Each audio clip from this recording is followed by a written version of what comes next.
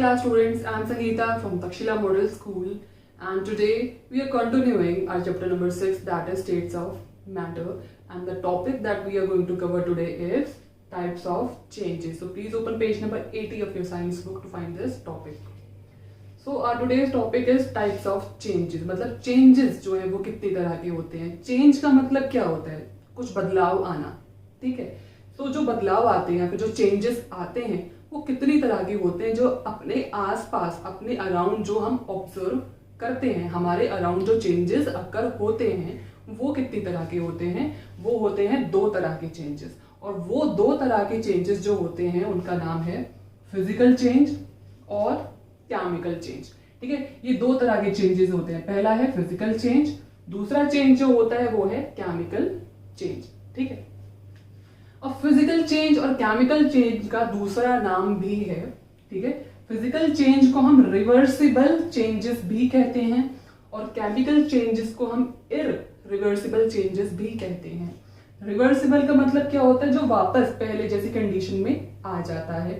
ठीक है, जैसा वो ओरिजिनल था, ठीक है, वैसा वो अपनी ओरिजिनल फॉर्म में जो है वापस आ जाता है. चेंज होने के बाद ओरिजिनल फॉर्म में वापस आ जाता है, उसको हम रिवर्सिबल कहते हैं. रिवर्स हो जाता है. ठीक है, इरिवर्सिबल का मतलब जो रिवर्स नहीं हो सकता. अगर उसमें चेंज आ गया है तो वापस ओरिजिनल फॉर्म में नहीं आ सकता.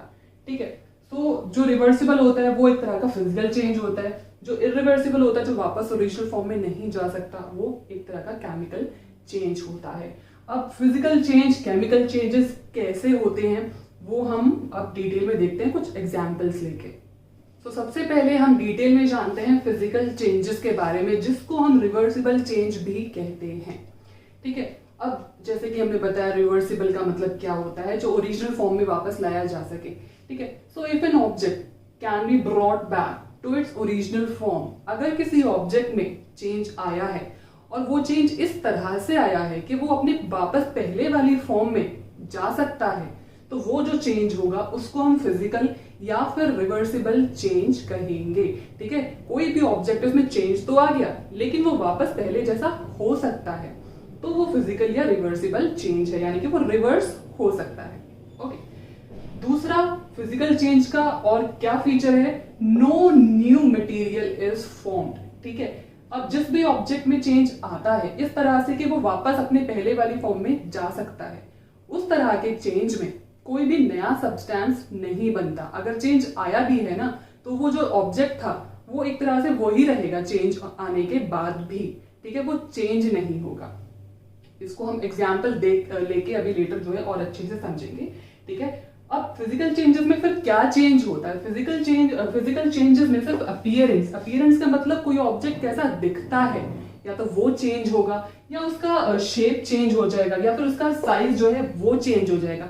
लेकिन ऑब्जेक्ट जो असल में है, ऑब्जेक्ट वही रहेगा. ऑब्जेक्ट अपने आप को उस तरह से चेंज नहीं करेगा कि वो कुछ और ऑब्जेक्ट बन गया. नहीं, ऑब्जेक्ट वही रहेगा, बस उसकी शेप चेंज हो सकती है, उसका साइज चेंज हो सकता है, वो कैसा दिख रहा है वो चेंज हो सकता है. ठीक है, उसकी कॉम्पोजिशन चेंज नहीं होती. कॉम्पोजिशन बहुत जो है मेन पॉइंट है यहाँ पर, जो डिफरेंस बताता है हमें फिजिकल और केमिकल चेंज का. क्योंकि फिजिकल चेंज में कॉम्पोजिशन नहीं चेंज होती, केमिकल चेंज में होती है, जो अभी हम लेकर देखेंगे. कॉम्पोजिशन का मतलब क्या होता है, कॉम्पोजिशन का मतलब होता है कि जो ऑब्जेक्ट है वो जो भी ऑब्जेक्ट है वो मैटर है. ठीक है, अब मैटर किसका बना होता है, एटम्स, मॉलिक्यूल्स का. तो फिजिकल चेंज में हम कह सकते हैं कि किसी ऑब्जेक्ट में जिसमें चेंज आ रहा है, फिजिकल चेंज आ रहा है, ठीक है, उसके एटम्स, मॉलिक्यूल्स में चेंज नहीं आता, वो कॉम्पोजिशन का मतलब है. हम यहां पर कह रहे हैं कि फिजिकल चेंज में कॉम्पोजिशन चेंज नहीं होती. कॉम्पोजिशन का मतलब कोई चीज किससे मिलके बनी हुई है. इवेंचुअली अगर हम देखें तो स्मॉलेस्ट यूनिट क्या आ जाती है, एटम्स, मॉलिक्यूल्स. इसी चीज का हर मैटर बना हुआ है, एटम्स, मॉलिक्यूल्स का. तो अगर हम कह रहे हैं कि फिजिकल चेंज में कॉम्पोजिशन में चेंज नहीं आता, यानी कि एटम्स, मॉलिक्यूल्स में चेंज नहीं आता. Atoms, molecule as it is रहते हैं चेंज आने के बाद भी, फिजिकल चेंज आने के बाद भी. ठीक है, अब फिजिकल चेंज जो होता है lastly it is a temporary change. Temporary का मतलब क्या होता है, जो कुछ टाइम के लिए रहता है. ठीक है, अगर किसी ऑब्जेक्ट में हमने चेंज लाया है, ठीक है, जिसमें चेंज आया है, फिजिकल चेंज आया है जिसमें, ठीक है, तो वो टेम्परेरी होगा, मतलब उसको हम उसकी ओरिजिनल फॉर्म में वापस लेके आ सकते हैं अगर हम चाहें तो। ठीक है, जिसकी अगर किसी ऑब्जेक्ट में हमें चेंज रखना है, फिजिकल चेंज रखना है कितने भी टाइम के लिए, तो हम रख सकते हैं, लेकिन अगर उसको हम ओरिजिनल फॉर्म में वापस लाना चाहेंगे तो वो भी पॉसिबल हो जाएगा, उसको हम उसके पहले वाली फॉर्म में वापस लेकर आ सकते हैं। उसका मतलब है टेम्परेरी चेंज, वो परमानेंट नहीं हो गया कि हमने चेंज कर दिया अब तो ये पहली फॉर्म में वापस आ ही नहीं सकता, नहीं वो नहीं होता।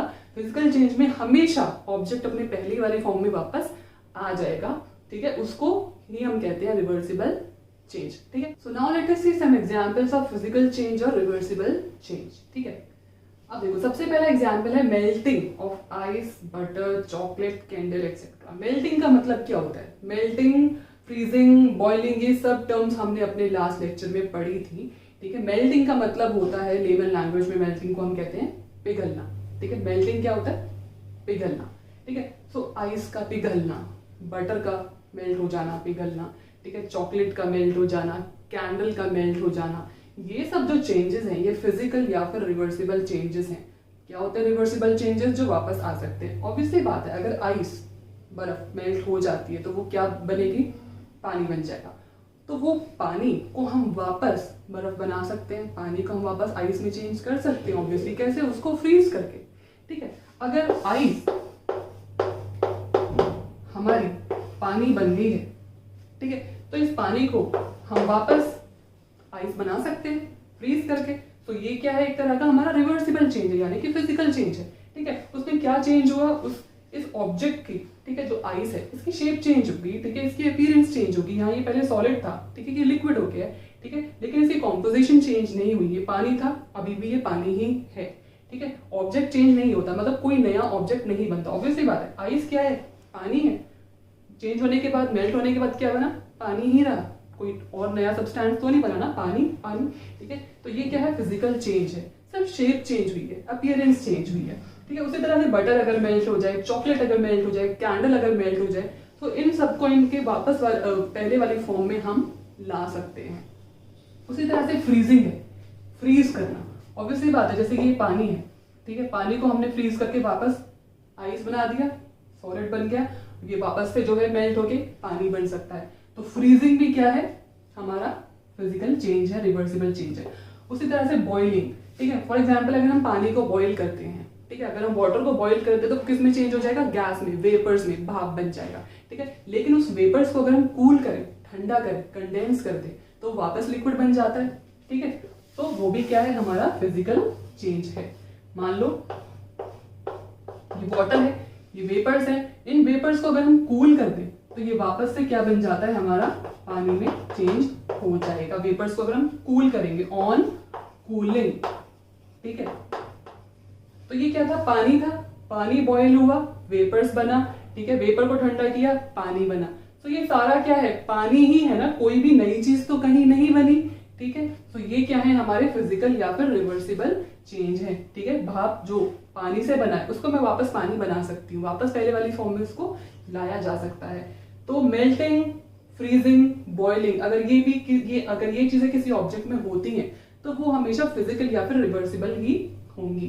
ठीक है, और एग्जाम्पल अगर हम लेके देखें तो for example cutting of an apple या कोई भी फ्रूट, कोई भी वेजिटेबल, किसी भी चीज को आप कट कर लो, ठीक है, तो वो क्या है? एक तरह का रिवर्सिबल चेंज है। फॉर एग्जाम्पल हमने मान लो एप्पल को कट कर दिया है, ठीक है, एप्पल को अगर हम कट कर दें, मान लो उसके स्लाइसेस अगर हम कर दें, ठीक है, तो ये रहा तो एप्पल ही ना, कोई नई चीज तो नहीं बन गया, कोई दूसरा फ्रूट तो नहीं बन गया ना। एप्पल को मैंने कट किया है, वो एप्पल के स्लाइसेस ही बने हैं, वो एप्पल ही। ठीक है, बस क्या हुआ? शेप चेंज हो गई है उसकी। ठीक है, उसको हमने डिवाइड कर दिया एक तरह से, पहले ये पूरा था, उसको हमने पीसेस में डिवाइड कर दिया है। ठीक है, कोई नई चीज तो नहीं बनी है, तो वो एप्पल ही। तो जब कोई नया सब्सटेंस, कोई नया जो है ऑब्जेक्ट नहीं बनता, ठीक है, तो वो फिजिकल या फिर रिवर्सिबल चेंज ही होता है। और एक एग्जांपल अगर हम लेके देखें तो वो है stretching of a rubber band. ठीक है, रबर बैंड होता है, स्ट्रेचेबल होता है, अगर उसको हम स्ट्रेच करते हैं तो उसकी शेप चेंज हो जाती है, लेकिन अगर उसको हम छोड़ेंगे, उसको हम रिलीज करेंगे, तो वापस वो अपने पहले वाली फॉर्म में आ जाता है।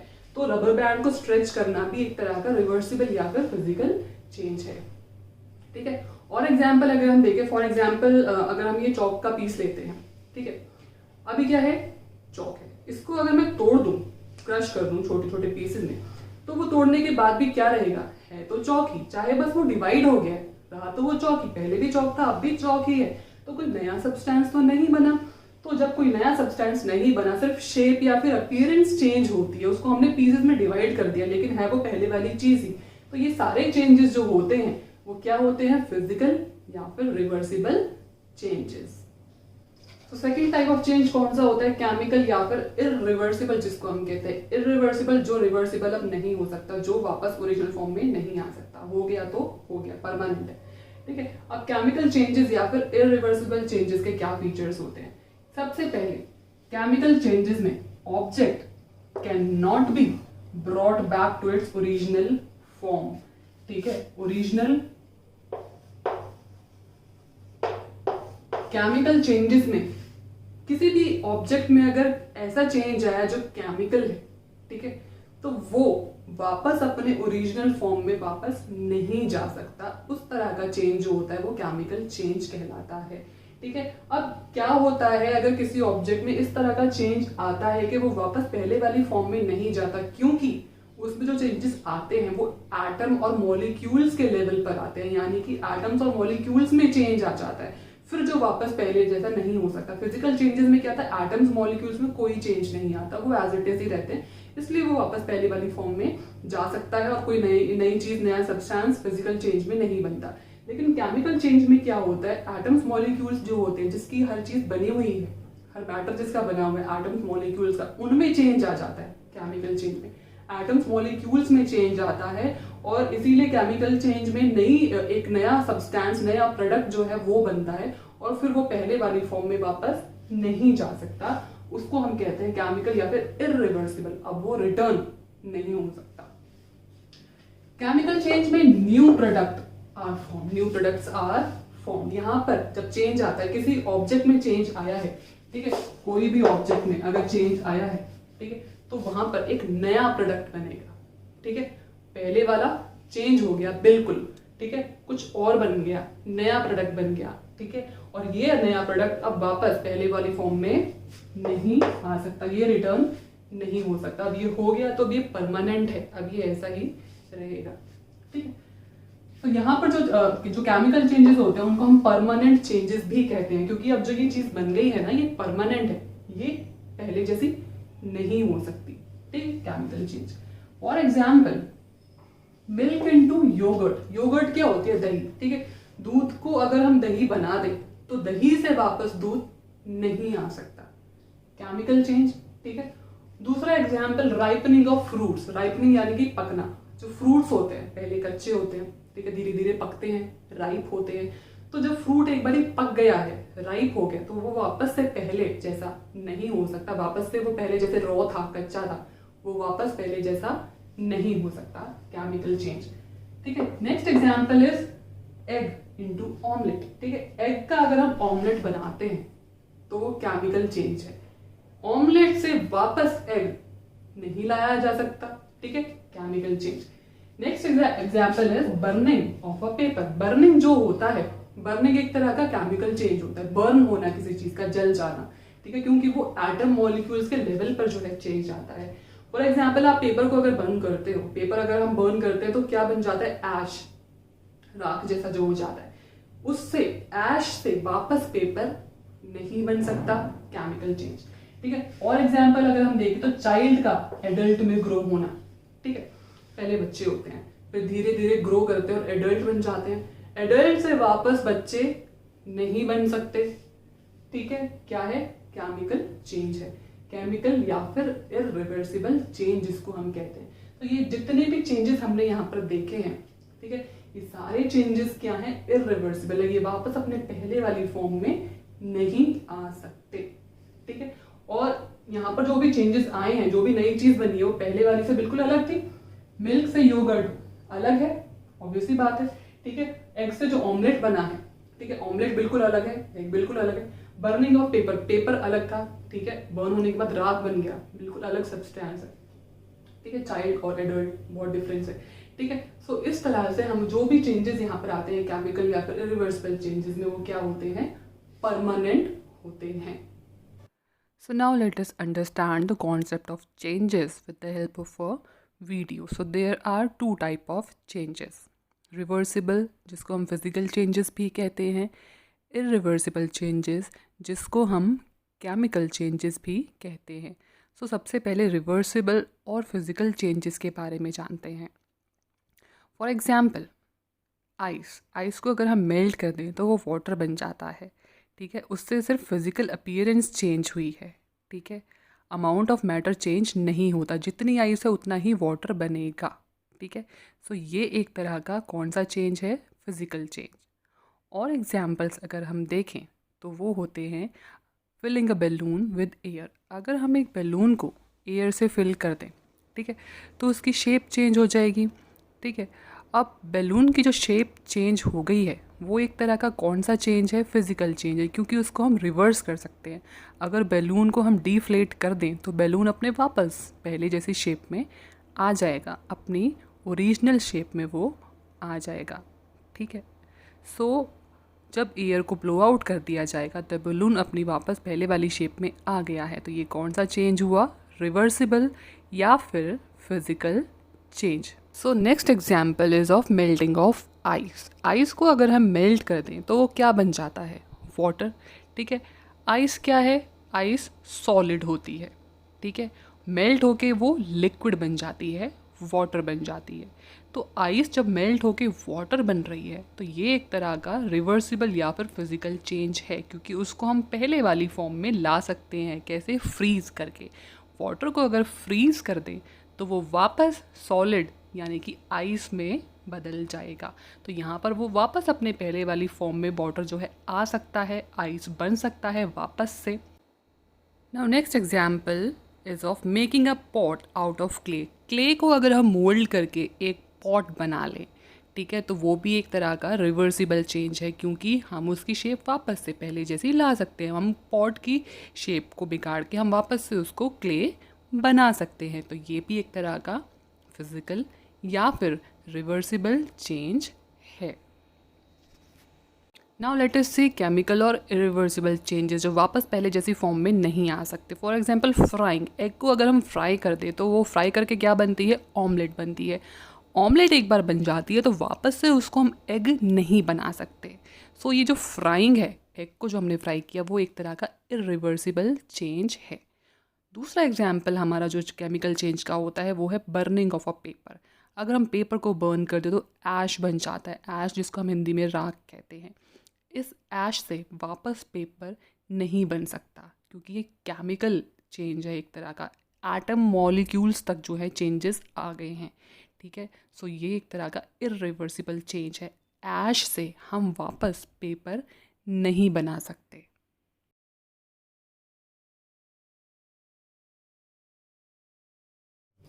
So students, here completes the chapter. Do revise the chapter. Thank you.